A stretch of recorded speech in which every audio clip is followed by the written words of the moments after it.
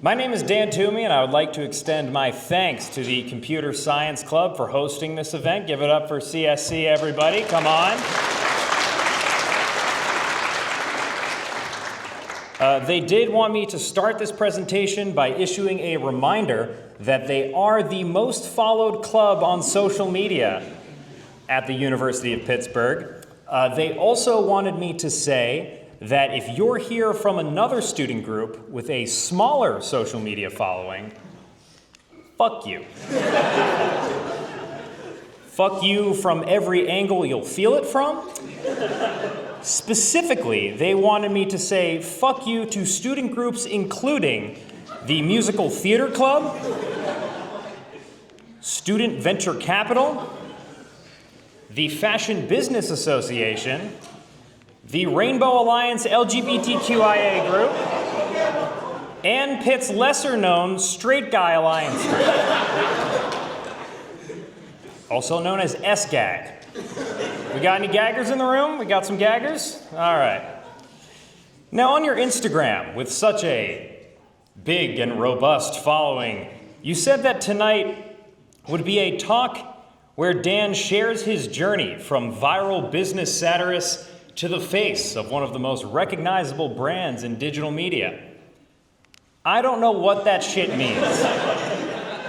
So instead, I'm going to be giving one of my patented speeches to inspire the business leaders of tomorrow. Guys, how does that sound instead? Huh? Do we want some of that? All right. On that note, today's lecture is called Nuttin' But Net. Achieving climactic growth in business. Now, when I talk about climactic growth, this is what we're talking about, everybody. That's what that looks like. This is what we're going to be focusing on today, okay? Typically, I reserve this presentation for some of the world's highest performers. People like the Los Angeles Lakers, Charlie Puth, and certain undisclosed business partners. Yeah. But I gotta say, folks, I'm even happier to be talking to the most followed club on social media, guys. You outrank all of them. It's close, but you're still top dog for me. Now, today's speech is going to be broken up into 3 parts. First, starting your business. Second, climactic growth. And third, post-climactic growth, in some circles known as shrinkage. I should also note that this presentation is taking place at 9 p.m. on a Thursday, so I'm assuming half of you pre-gamed this, which means it's time to give a shout out to tonight's sponsor of this speech is Borg, everybody. Let's give it up for Borg. Come on. Yes. With 750 milliliters of hard liquor, 2 milliliters of your frat brother's spit, in no time, Borg will have you saying, I want to go home. All right.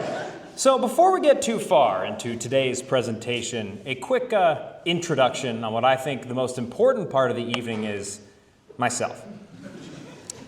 My name is Dan Tumi. I host the show Good Work alongside my identical twin, who I plan to kill and eat after our 100th episode.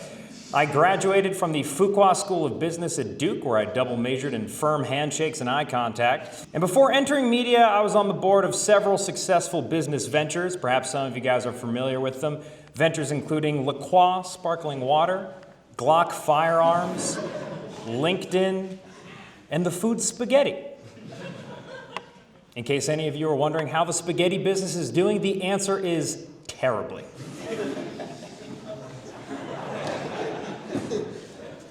I'm broke. But as a multifaceted leader in business, I do think it's important to impart some of my knowledge onto cherubic students like yourself. Truly, it fills the gap I have in my heart because, well, frankly, I don't have any kids of my own because I'm as sterile as a gargoyle.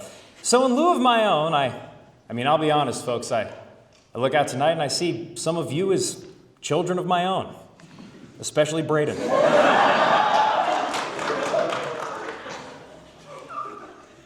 Sweet Braden. You know, guys, I remember when me and Braden's mom were just laying around in bed one night.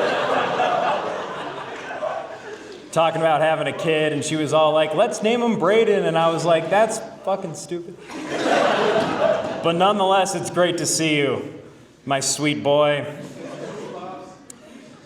All right, let's keep this rolling. Step 1 in climactic growth, starting your business.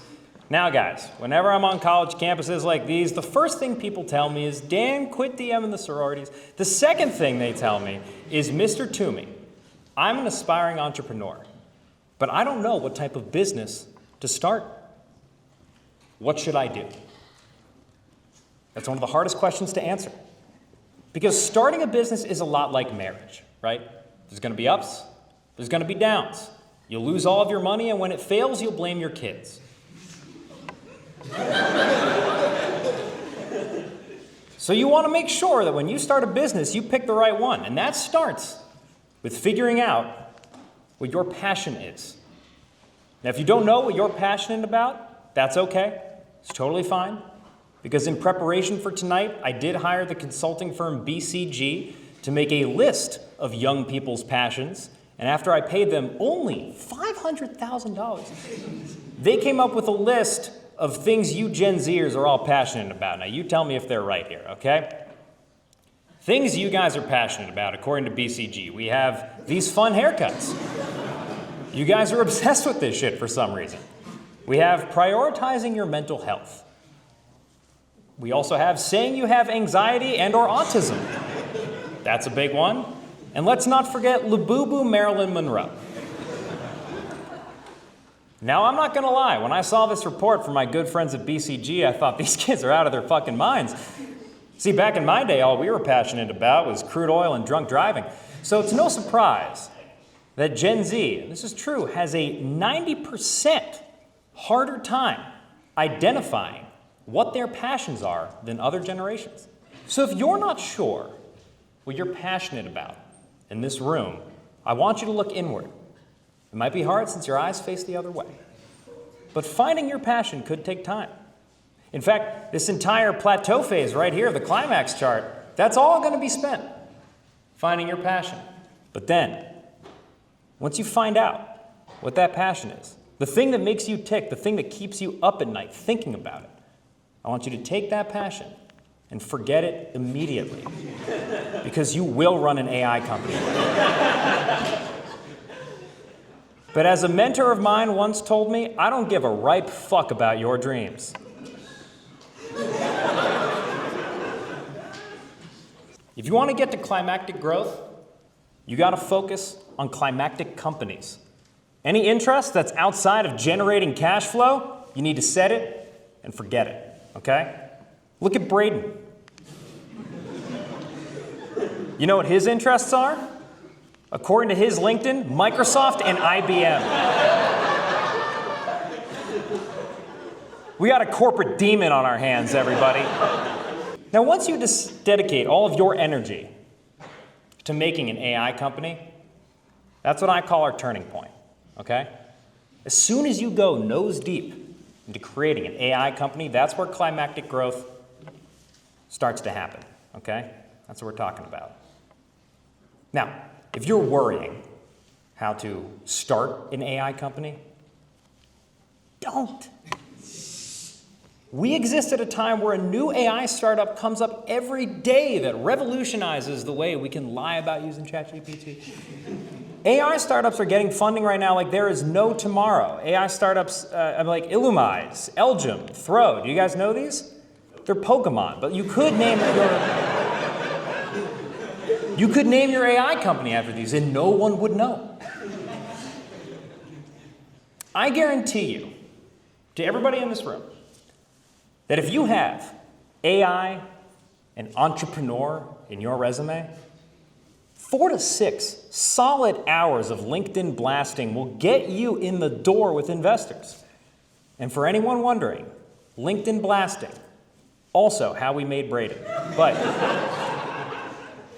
once you have your AI company and let the world know about it, that is where climactic growth kicks in, people. You're going to have so much money flooding your coffers, you're going to know what a coffer is. And that's huge, okay? But I'm not going to lie. You know, once you make money, you'll change. We all know money changes you, and as soon as you start to get rich, that's going to change you as well. You'll start meeting rich people, getting rich yourself, forgetting your friends, going to the gym. Your muscles grow bigger, your hands grow bigger, you get a tail, you grow fur, now you're a monkey.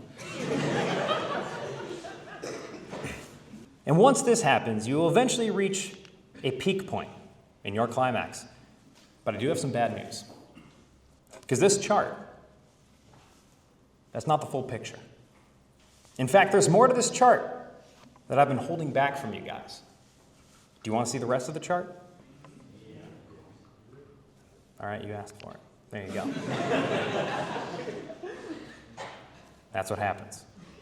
You see, following climactic growth is almost an immediate cratering downward that leads you back to zero. Or as economist Paul Krugman calls this phase, post-nut clarity. Now, the decline, of course, begins with that peak point, right? When will that peak come? I'm not entirely sure. I mean, if I knew when the right moment to sell was, I wouldn't be paying off my credit card debt by doing this bullshit speech. But eventually, your AI company will come crashing down, folks. And then you're going to find yourself here. Even worse, you're going to find yourself there.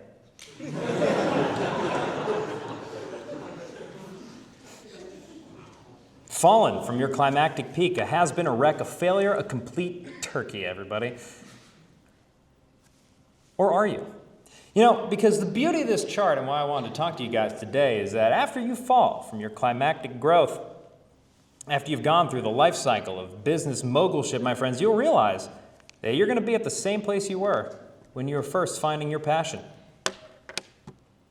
So you have time to do the activities that make your heart sing, that give you life. For some of you, that's painting. For others, that could be cooking. For Braden, it's the combination of Microsoft and IBM. But above all, going through the experience of climactic growth shows you that no matter how high you rise and no matter how hard you fall, at your core, you remain the same person you were when you began. And to me, that's a bigger win than any amount of success could ever find you. Because no matter how close you get to zero, you're still you. And I say that ain't nothing. That's nothing but net.